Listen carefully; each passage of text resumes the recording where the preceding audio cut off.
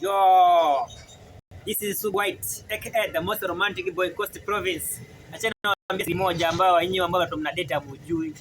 Kama uko na demu wako ama jamaa lako, ukiona anaanza kubadilisha style, yani ameanza kubadilisha mazungumzi, ameanza kubadilisha walking style, ameanza kubadilisha venye majina kukuitia, jua shapata jamaa mwingine ama shapata mtu mwingine ambaye anampenda zaidi yako.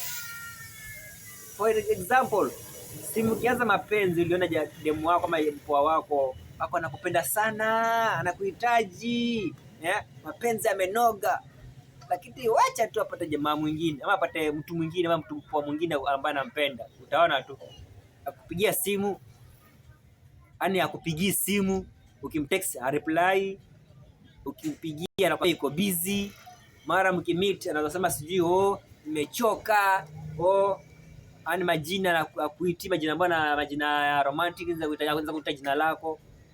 Hapo mwanangu nachezwa hapo.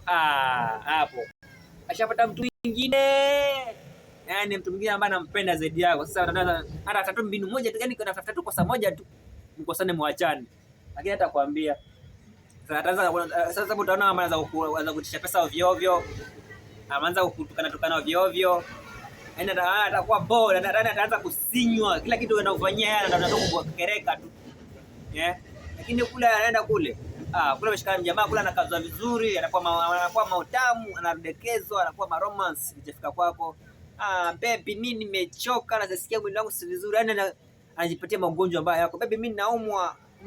Kumbe demu jamaa mpoa wako ameenda kwa jamaa mtu mwingine huko, anaenda kwa madumba, anaenda kwa mamiti huko hapo tu, ni na mpenzi wangu nampenda sana, upendwi, nachezwa wewe na gobi mapenzi mengine bwana. Maana mimi just retire like me, just live simple life like me.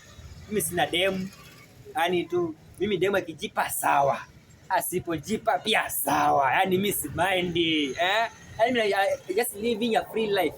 Wewe tu unakonipigia nipigie, sikutaka kunipigia usinipigie, I don't mind. Call me Sugu White. Ukitaka subscribe, like, share and comment.